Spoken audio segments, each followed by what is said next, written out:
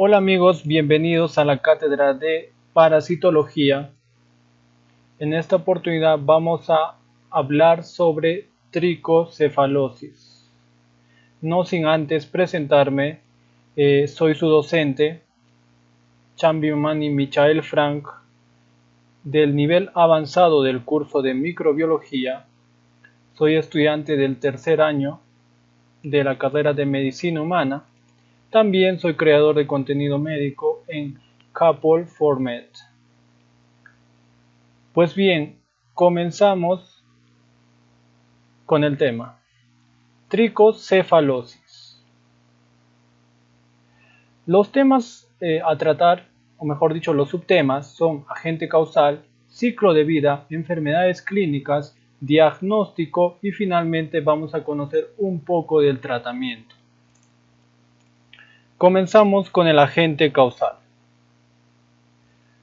Para empezar a detallar el parásito y su morfología, tenemos que saber que la tricocefalosis es una geohelminthiasis producida por un nemátodo que lleva o que tiene como nombre Trichuris trichuria. Tiene diferentes sinónimos y la palabra Trichuris trichuria o tricocéfalo deriva de la raíz etimológica tricos, que antiguamente se le llamaba así y traduciéndole al español tiene el nombre de pelo, ¿no?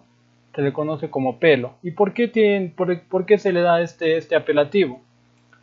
Porque bien, este parásito es un nemátodo que tiene forma de látigo.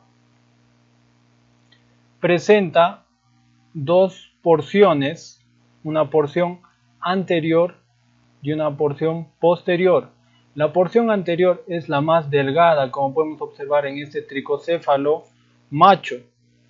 La porción anterior es delgada y abarca los 2/3 del parásito, mientras que la parte o la porción posterior, que abarca el 1/3, es grueso. En las características por género, podemos decir que los machos, como en esta imagen, presentan en su porción posterior una curvatura muy prominente, se podría decir. Y esto es una característica propia de los machos, porque las hembras tienen la característica de ser rectas, ¿no? Por ejemplo, en este caso, en este parásito, podemos decir que este parásito es un tricocéfalo adulto macho, ¿verdad? Ahora, los machos, muy aparte de esa característica, también son los más pequeños comparados con las hembras. Tienen una curvatura pronunciada, lo que les acabo de comentar es la curvatura pronunciada, y presenta una espícula copulatriz, que es un órgano ubicado en la parte posterior donde está contiguo a la cloaca del mismo. La hembra, la única característica que tiene es que es bastante grande. Con respecto a las características de los órganos y aparatos, para entender a más detalle podemos decir que el tubo digestivo va a estar ubicado en la porción anterior, es decir, en la zona delgada, mientras que el aparato genital va a estar ubicado en la porción gruesa o posterior. Teniendo estos conocimientos previos, podemos decir que el aparato genital es muy desarrollado en hembras, presenta un orificio vulvar y este orificio vulvar va a servir como desembocadura a la vagina corta, ¿no? El tubo digestivo va a presentar una boca y un esófago. En la boca podemos decir, o una característica es que presenta esta estructura, la lanceta diminuta o la lanceta retráctil, ¿no? Más adelante vamos a ver qué función cumple. Por otro lado, el esófago está rodeado de glándulas unicelulares. Este parásito presenta una característica primordial con respecto a los huevos. ¿Y cuál es esa característica? En estas imágenes podemos observar que los huevos no son redondeados ni tampoco son mamelonados, ¿no? Estos huevos tienen una forma especial. donde en los extremos presentan tapones. Esa es la característica importante para poder reconocer los huevos de los tricocéfalos. Y muy aparte de eso, presentan doble membrana. Si queremos hablar de medidas, podemos decir que tiene 25 centímetros de ancho por 50 micrómetros de largo. Y la característica es que es de color café. Ciclo de vida. El ciclo de vida va a comenzar cuando el huésped o el hombre se infecta por la ingestión de huevos embrionados por vía oral. Y estos huevos embrionados se va a encontrar tanto en alimentos, en agua, en vegetales, y pues de esta manera ingresan los huevos embrionados por la vía oral. Al ingresar pasa por el esófago, llega al estómago, pero a nivel del intestino delgado ocurre una característica importante. ¿Y cuál es esa? Es que se liberan las larvas a nivel del intestino delgado. Y al liberarse las larvas, va a invadir las glándulas del Liverpool.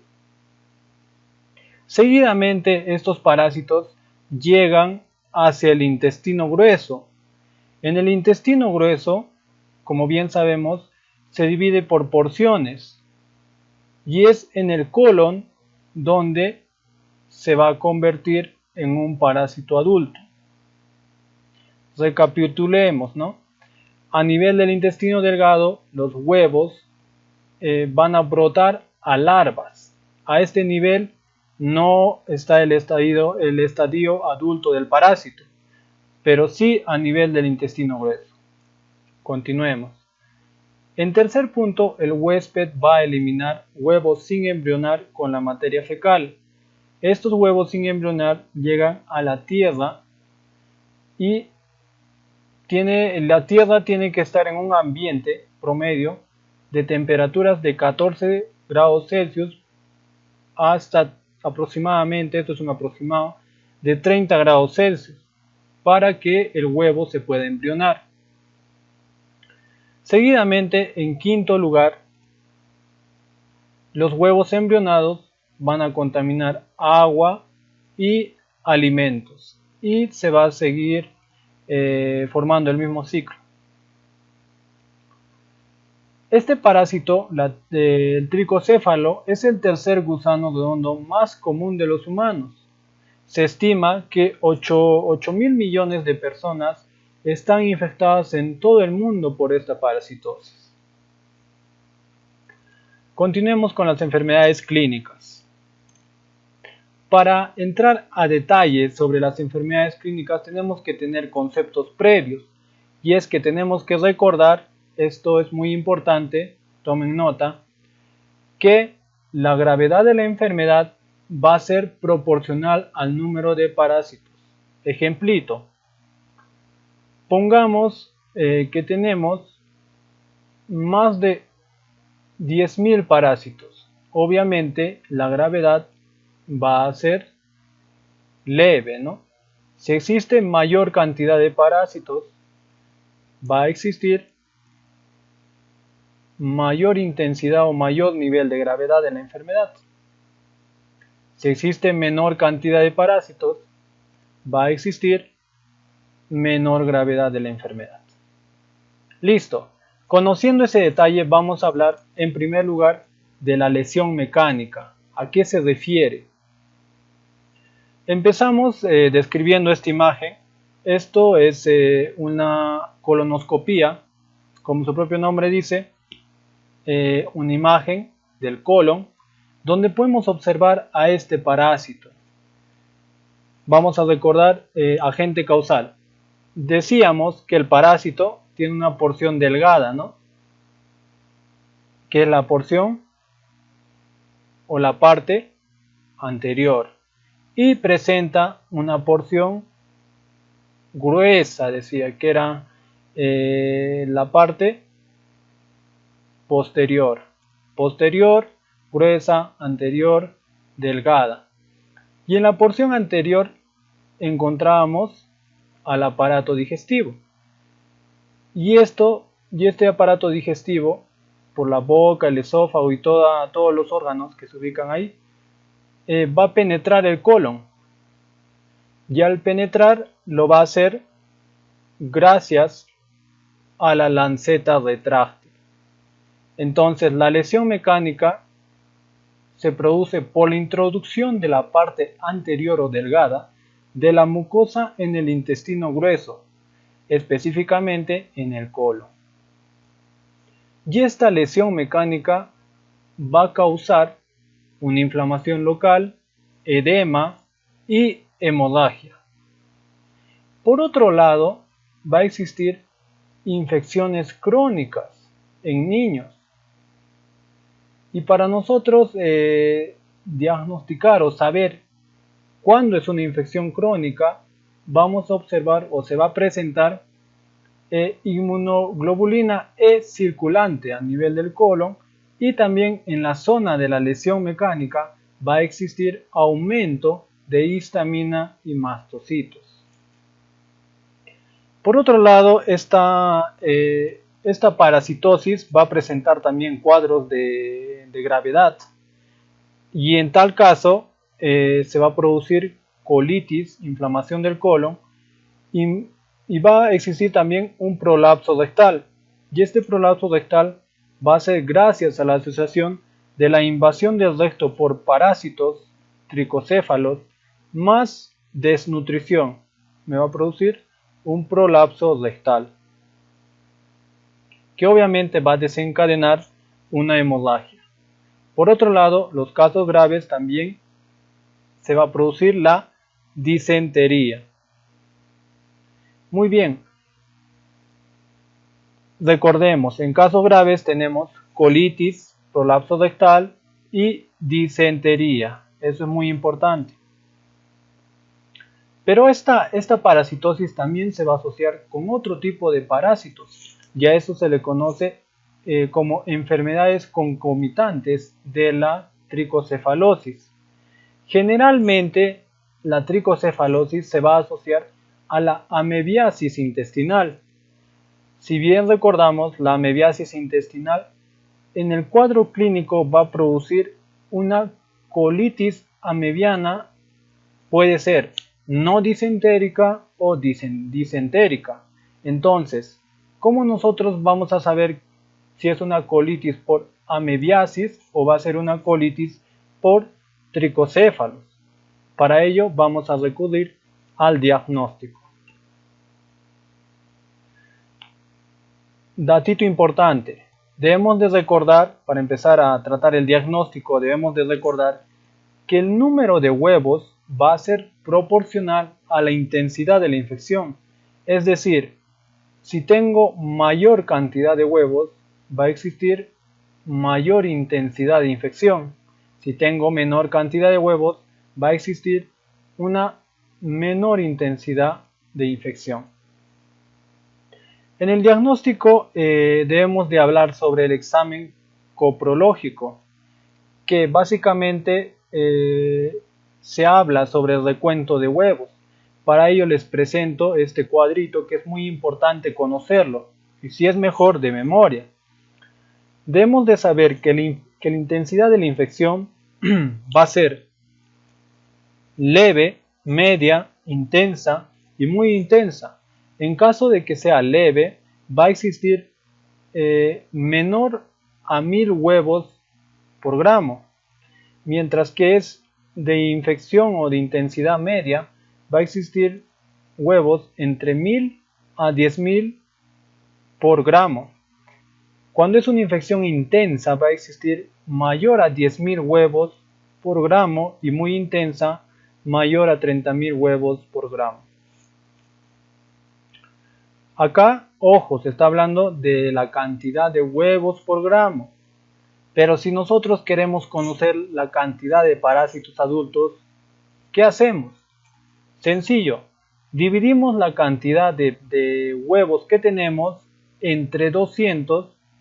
Este 200 es el número de campos que se va a desarrollar, lo dividimos y nos va a dar la cantidad de parásitos adultos.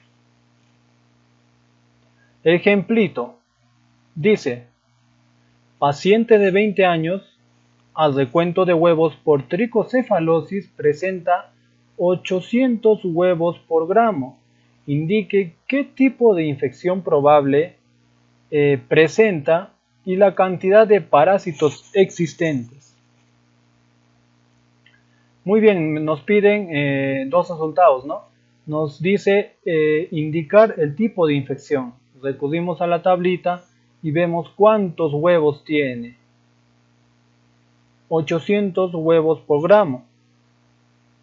Estará en muy intensa, mayor a 10.000. No, 800 es menor a 10.000. Entonces lo ubicamos en un recuento de huevos de infección leve, menor a 1000 huevos por gramo. Entonces tiene una infección leve y nos pide la cantidad de parásitos existentes. Dividimos 800 entre 200 y nos da 4. Entonces podemos decir que la cantidad de parásitos adultos es 4. Obviamente este ejemplo es teórico. En realidad se va a encontrar muchos más parásitos. Entonces podemos decir que este examen coprológico por recuento de huevos va a ser efectivo para reconocer parásitos adultos adheridos a la mucosa intestinal. Pero ¿en qué casos existe parásitos adultos adheridos? En casos de rectitis o prolapso rectal. Y recordemos que este cuadro es un cuadro grave. Por otro lado, es imposible el diagnóstico clínico en formas leves y medianas. En casos intensos con disentería debe hacerse un diagnóstico diferencial con amebiasis, ¿no? Continuamos. Tratamiento. Obviamente, en la escuela de farmacología van a llevar el tratamiento a más detalle. Esto simplemente es un pequeño resumen. Y pues comenzamos, ¿no? Tenemos 5 medicamentos, de los cuales existe un grupo conocido como los benzimidazoles, que son el mebendazol, albendazol y flubendazol, los cuales cada uno tiene diferente tipo de porcentaje de curación. Empezamos con el oxantel, efectivo para formas leves y moderadas y severas. En caso de leves, la dosis va a ser 10 miligramos por kilogramo en una dosis única. Moderadas y severas, aplicamos la misma dosis, pero por 3 días. Ahora, si este medicamento lo asociamos con los benzimidazoles, en este caso albendazol y mebendazol, la curación va a aumentar. Por ejemplo, en caso de albendazol, en un 31.2%. El mebendazol lo aplicamos a una dosis de 100 miligramos 2 veces al día durante 3 días, o lo podemos reemplazar por una dosis única de 500 miligramos. Obviamente que el nivel de curación en ambos casos es alto, pero si aplicamos la dosis única, el nivel de curación es más alto que el anterior, ¿no? En caso de albendazol, brindamos 400 miligramos por día durante 3 días. Y el albendazol nos va a permitir la reducción de huevos al 73%. Por otro lado, el flubendazol lo podemos administrar en 300 miligramos por día durante 2 días. Es bastante tolerado y tiene alta tasa de reducción de huevos. Ivermectina, este medicamento, según muchos artículos, es controversial, ¿no? Pero esta dosis, según el UpToDate, nos indica que podemos brindar ivermectina a 600 miligramos por día con una curación del 11% y una reducción de huevos de 59%. Todos estos medicamentos los podemos aplicar en adultos y niños. Por otro lado, en mujeres embarazadas tenemos algunas contraindicaciones, por así decirlo, los cuales dicen, ¿no? Evitar la administración de bebendazol y albendazol, especialmente cuando la paciente está en el primer trimestre del embarazo, ¿no? Otras medidas terapéuticas en caso de prolapsos rectales, que es el cuadro grave o la infección grave por tricocefalosis, es una reducción manual de la mucosa prolapsada. Esto ya es una medida terapéutica, ¿no? Y bueno, eso es la primera parte de este tema de parásitos intestinales, parte 2. Y pues espero que les haya gustado la clase. Eso es todo. Muchas gracias.